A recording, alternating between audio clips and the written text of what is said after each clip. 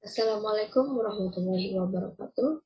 Perkenalkan, nama saya Yunita dari jurusan Teknologi Informasi dengan program studi D3 Teknik Komputer.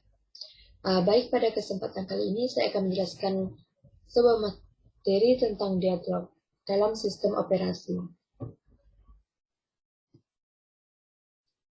Pokok bahasanya yaitu yang pertama, pengertian dialog, modul sistem dialog, penghindaran dialog, penyebab dialog, resource allocation graph, algoritma Banker, pencegahan dialog, dan cara mengatasi dialog. Pengertian dialog. Dialog dalam arti sebenarnya adalah kebuntuan. Kebuntuan yang dimaksud dalam sistem operasi yaitu kebuntuan proses. Dialog adalah masalah yang biasa terjadi ketika banyak proses yang membagi sebuah resource yang hanya boleh dirubah oleh satu proses saja dalam satu waktu.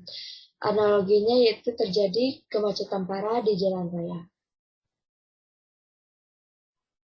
Berikut adalah model dari deadlock atau perbuntuan dalam sistem operasi, yang dimana terdapat proses-proses dan resource dalam deadlock tersebut. Lanjut model sistem deadlock. Model sistem yang pertama, itu sekumpulan proses dikatakan berada pada deadlock state atau dalam kondisi aman bila setiap proses menunggu event yang disebabkan oleh proses lain dalam kumpulan tersebut. Sedangkan model sistem 2, deadlock terjadi pada saat proses akan mengakses objek yang disebut dengan resource.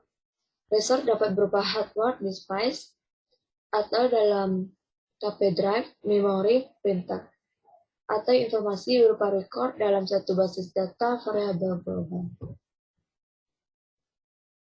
Jenis-jenis dari resource. Yang pertama yaitu printable.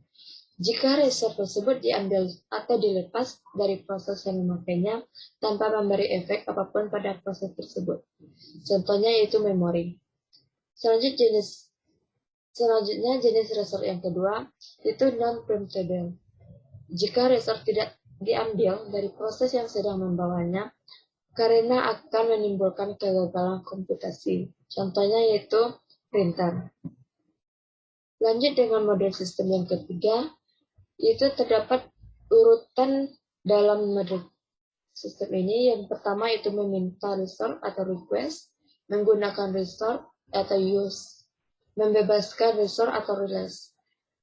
Sedangkan pada model sistem yang keempat, yang terakhir itu, deadlock mungkin melibatkan proses yang berkompetisi untuk tipe resource yang sama.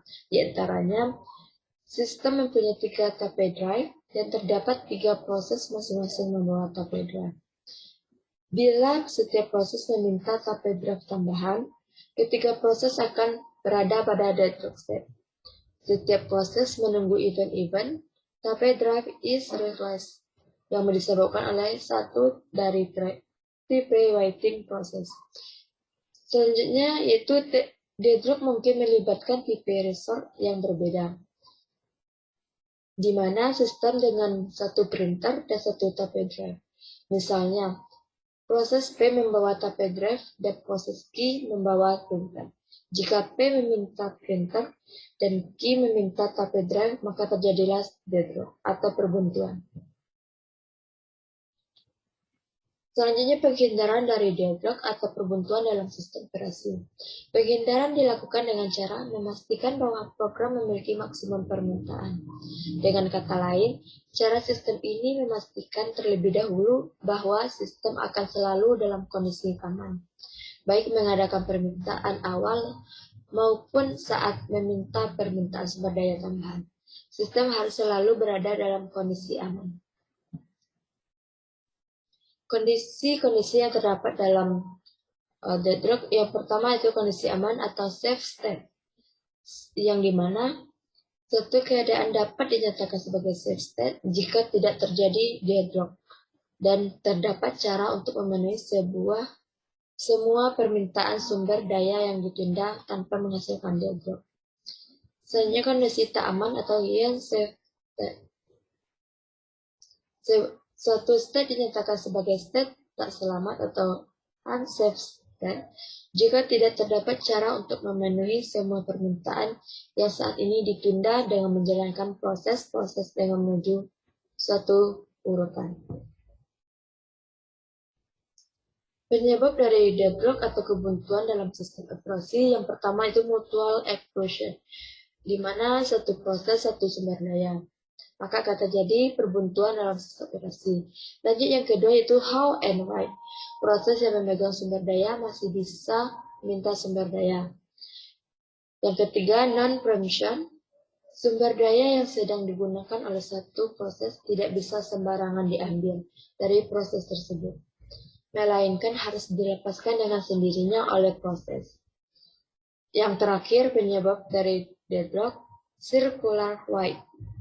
Setiap proses menunggu sumber daya dari proses berikutnya yang sedang dipakai oleh proses lain. Resource allocation graph, yaitu graf berarah yang digunakan untuk menggambarkan deadlock lebih presisi. Beberapa yang terdapat dalam resource allocation graph, yang pertama itu proses, resource type wide.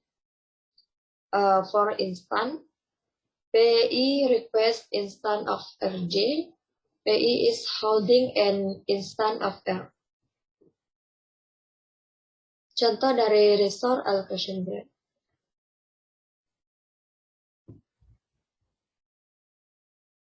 Contoh dari resource allocation graph dengan deadlock.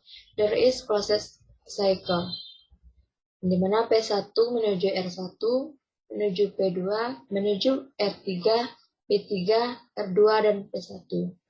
Dan P2 itu menuju R3, P3, R2, dan P2. Selanjutnya juga terdapat contoh dari resource allocation graph. P1, P2, dan P3 akan deadlock, di mana terdapat P2 menunggu R3 yang di bawah P3, P3 menunggu P1 atau P2 untuk melepaskan R2, P1 menunggu P2 untuk melepaskan. Lanjut ke algoritma Banker. Setiap proses yang masuk harus memberitahu berapa banyak sumber daya maksimum yang dibutuhkan. Setelah itu, sistem mendeteksi apakah sumber daya yang dibutuhkan memang bisa dijalankan dalam kondisi aman atau safe state. Jika ya, maka sistem akan melepaskan sumber dayanya untuk digunakan. Dan jika tidak, maka proses harus menunggu hingga sumber dayanya cukup. Data structure for the Banker algorithm, atau data yang terdapat dalam algoritma Banker.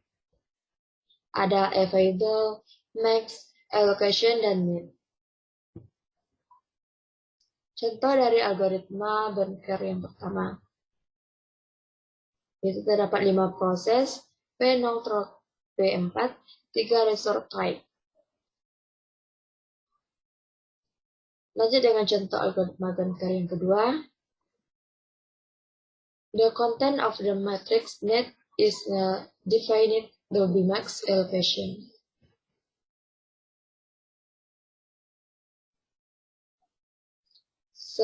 Safety algorithm. Terdapat leadword and finisher, vector of alignment, respectively intelligent. Ada terdapat word, finish, selanjutnya find and accept the word if finish. Penerapan dari algoritma Banker pada algoritma safety. Itu analisis algoritma safety terhadap keadaan adalah sebagai berikut. Yang pertama ada word, selanjutnya set, finish. Yang ketiga, temukan proses yang memiliki need, atau word. Anggap resource dipinjamkan, proses terakhir, dan mengembalikan sebuah atau semua resource-nya. Penerapan algoritma Banker pada algoritma safety. Kelemahan dari algoritma Banker. Yang pertama, proses-proses belum tahu berapa jumlah maksimal resource yang dibutuhkan. Jumlah proses tidak tetap setiap saat atau berubah-ubah.